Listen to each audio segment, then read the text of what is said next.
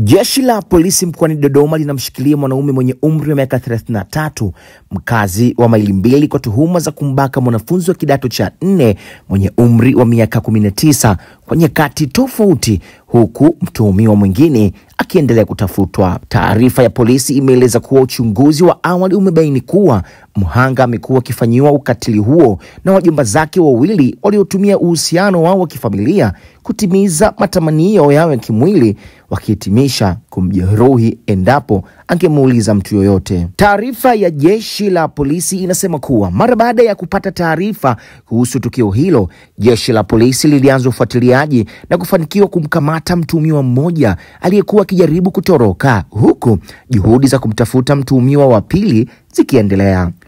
Mtuhumiwa aliyekamatwa atafikishwa mahakamani mara uchunguzi utakapokamilika. Mwisho wa kunukuu.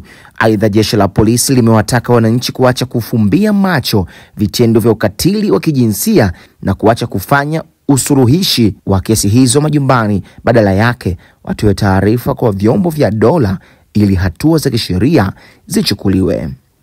Hii ni sauti ya Rami Ramsey kutoka Ngasa TV.